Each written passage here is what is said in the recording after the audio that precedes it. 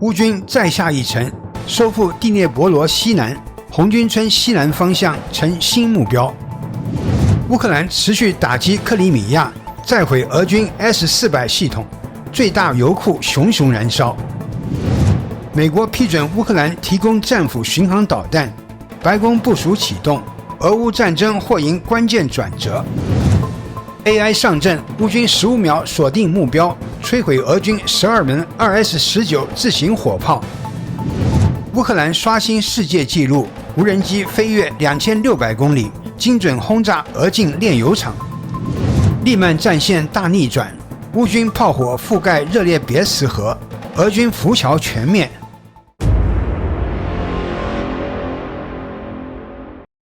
大家好，欢迎收看新冷战情室，请大家先为我们的节目点赞留言，谢谢大家。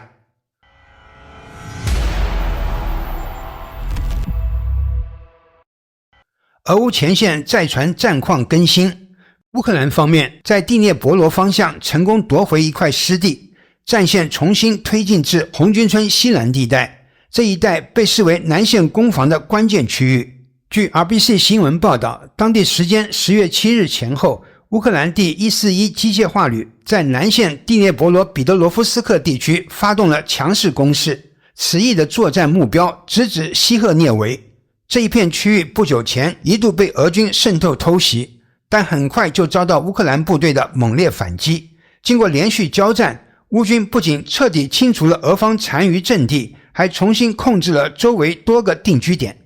在战斗过程中，乌克兰部队还俘获了8名俄军士兵。根据战俘口供，乌方掌握了俄军在第聂伯罗附近的下一步部署情报。最新的战役地图显示，乌军已完全收复西赫涅维，并成功打通通往红军村方向的战略走廊。实际上，在夺回第聂伯罗失地之前，乌克兰在红军村一带的反攻已取得显著成效。乌军不仅多次对俄军实施合围，还有效削弱了其他该地的据点控制力，这进一步凸显了红军村在整个南线战场上的战略价值。该地区的稳固为乌军向其他方向发动新一轮攻势奠定了坚实基础。与此同时，俄军并未坐以待毙，正尝试向红军村沿线增派兵力，甚至投入新型地面机器人参战。据悉，该款名为库列尔的无人地面系统配备榴弹发射器，俄方试图让其渗透至乌军前沿阵地，然而这一计划并未如愿。机器人在推进途中遭到乌克兰第7快速反应军的定点打击，当场被摧毁。有趣的是，这并非无人系统首次出现在战场。此前，乌军自主研发的作战机器人在前线多次发挥关键作用，甚至在某次交火中迫使俄军主动投降。这一幕被军事专家称为人类战争史上的前所未有时刻。近期前线多地的战况都有明显升级趋势。哈尔科夫方向，俄军仍在不断尝试渗透库皮扬斯克区域。从他们自行拍摄的战场视频可见，俄方士兵竟钻入下水道试图前进。然而行动中途意外发生，一头野猪突然闯入通道，令视频定格在俄军惊恐表情与猪脸的瞬间，画面随即中断。此外，乌克兰第412无人机团与边防警卫队近日展开联合打击行动，成功摧毁了俄军一套稀有的 R330ZH 吉贴尔电子战系统。军事分析人士指出，乌军此举极可能是为后续更大规模攻势铺路，摧毁俄方的核心电子干扰设备，往往意味着战场主动权的进一步转移。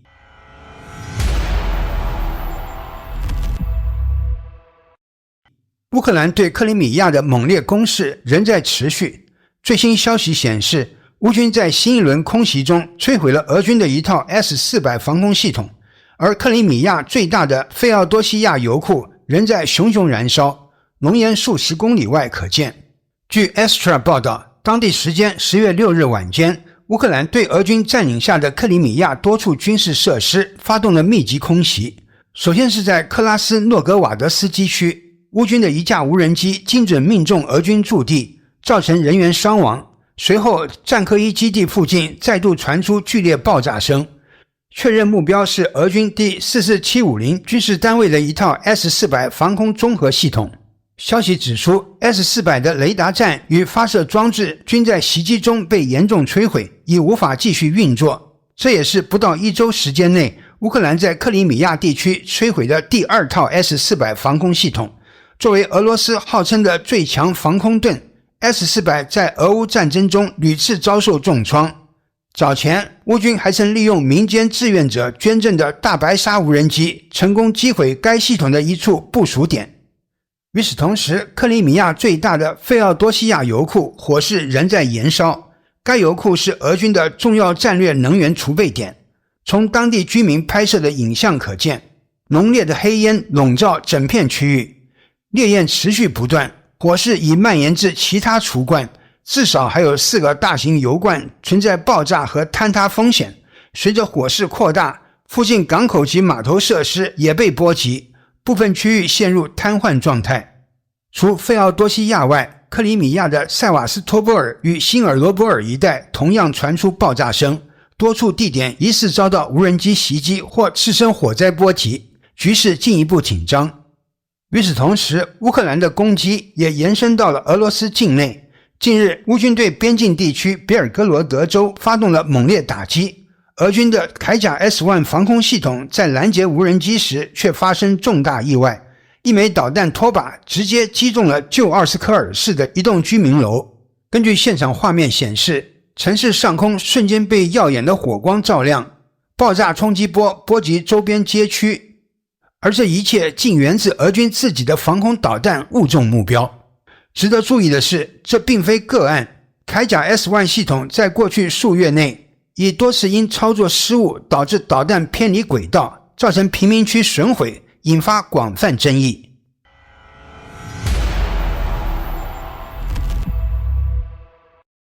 美国向乌克兰提供战斧巡航导弹的计划终于被正式提上议程。最新传出的消息显示，白宫方面已经开始进行相关部署，这意味着这项重大军事援助即将进入实施阶段。据路透社报道，当地时间10月6日，美国总统特朗普在白宫公开表示，他差不多已经决定向基辅提供战斧巡航导弹。这一表态标志着美国对乌克兰军援政策的又一次升级。不过，特朗普同时也补充称，他希望确切知道这些导弹将被如何使用。这番话让外界推测，美国可能会在初期对战斧导弹的使用范围设置限制，以避免直接卷入俄乌之间的地缘军事冲突。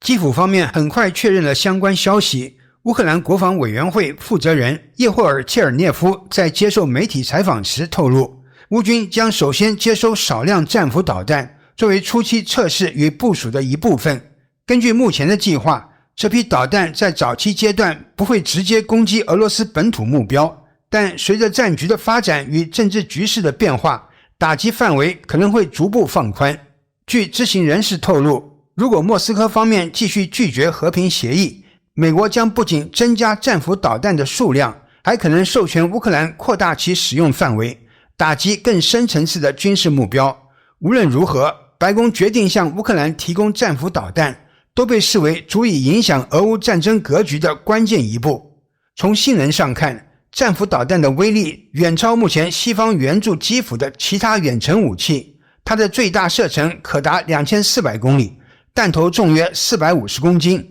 具备强大的精准打击与深度穿透能力。这意味着一旦投入实战，乌克兰不仅能威胁到俄罗斯本土的战略目标，甚至能覆盖莫斯科、圣彼得堡等核心城市，以及俄军后方的补给与空军基地。目前，俄军为了躲避乌方远程打击，已将大量轰炸机与战略设施迁往后方腹地，但随着战斧导弹的引入，这些安全区也将不复存在。据悉，美国现有的战斧导弹主要使用陆基低风发射系统，库存数量约在3500至4000枚之间。以美国的战略储备量而言，完全足以支撑乌克兰战场的长期作战需求。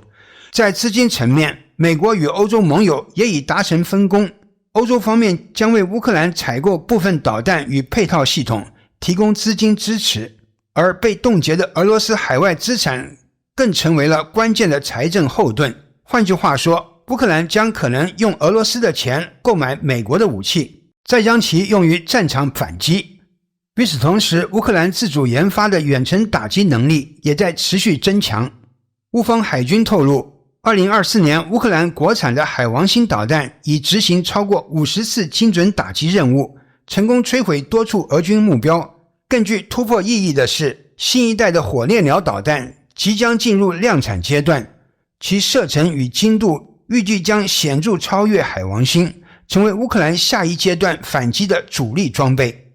综合来看，美国战斧导弹的援助不仅是一次武器交付，更是地缘政治态势的重大转折，它将直接影响俄乌战争的攻防格局，也可能成为决定未来数月战场走向的关键因素。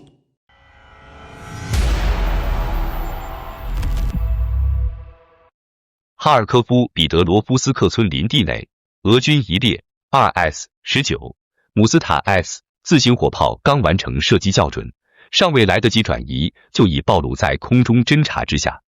乌军无人机回传的实况画面触发了一连串自动化流程，在短短15秒内 ，AI 火控系统完成弹道计算与目标分配，多轮精确炮击随即展开。现场视频显示，俄军火炮的推进要带剧烈燃烧，弹药迅爆，形成巨大的火球吞没炮塔。2小时内，12门每门价值数百万美元的重炮全部被摧毁。这并非科幻，而是乌克兰自研 AI 火炮系统的实战首秀。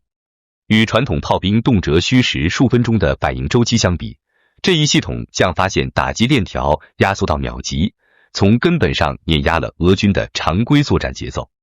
该系统的核心为升级版 GIS 阿尔塔人工智慧指挥模块，其运作逻辑可被形象地比作战场网约车全域感知。GIS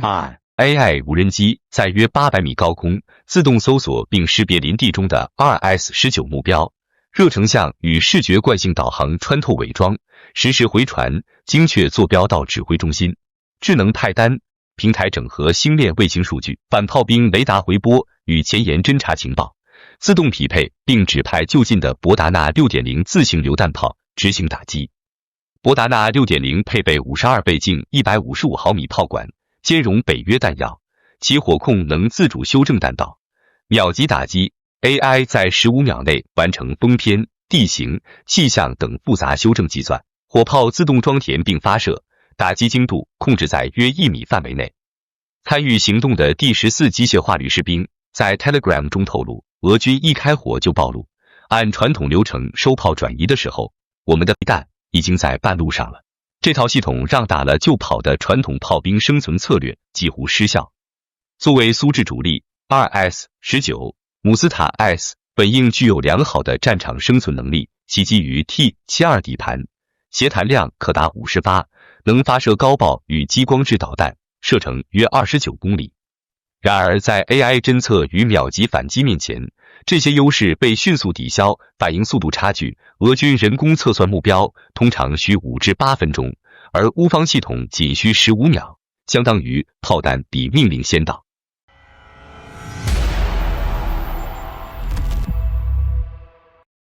乌克兰对俄罗斯本土的远程打击正不断升级，并在近期创造了新的世界纪录。最新消息显示，乌方发动了一次空袭，打中了位于俄境内、距乌克兰边界超过2600公里的一处大型炼油厂。根据开源情报防御者的报道，袭击发生在俄罗斯西伯利亚丘明地区的夜间，当地一座大型炼油厂遭到无人机群的猛烈打击，冷却塔受到严重破坏。事发时，俄方防空系统并未启动，甚至没有拉响空袭警报。这一点令人怀疑，俄方根本没有将此类长距离无人机威胁纳入预案。这次袭击的打击点距乌克兰边境已逾2600公里，不仅是俄乌冲突中观测到的最远空袭，也是迄今刷新过的全球无人机最远打击记录。目前，乌军对俄罗斯能源基础设施的打击呈现出前所未有的密集态势。早些时候被袭的基里希炼油厂已被迫停产，作为俄罗斯重要的大型石化设施之一，其修复与恢复生产可能需要1个多月时间。相关破坏导致俄方燃料供应进一步紧张，地区性加油站出现严重油荒，前线俄军的燃料补给也因此受到直接影响。此外，袭击影响并不限于能源系统。昨日，在夏诺夫哥罗德州，一架乌克兰无人机撞上了一列军用火车。当地媒体称，俄方电子战干扰迫使该无人机偏离既定航线，最终仍造成实质性破坏，远处能看到黑烟冉冉升起。事实上，这2天的空袭规模是近6个月来最大的一次，带来的连锁反应显著，俄边境多地出现大面积断电，至少有8个机场被迫暂停运营，民生与军事后勤都遭到冲击。面对无人机袭击的加剧，欧洲国家也在协助研制更经济实用的反无人机武器系统。其中一款引人注意的小型反无人机火箭，口径仅70毫米，但能够携带大量钢珠弹丸。据称，乌军可以从直升机上发射该火箭，在空中形成直径约24米的钢球云，对低空无人机形成高效的覆盖式拦截。综上所述，俄乌战争正把无人机与反无人机技术的竞赛推向极致，攻击平台与防御手段都在迅速迭代，战场与后方的界限被不断重新定义。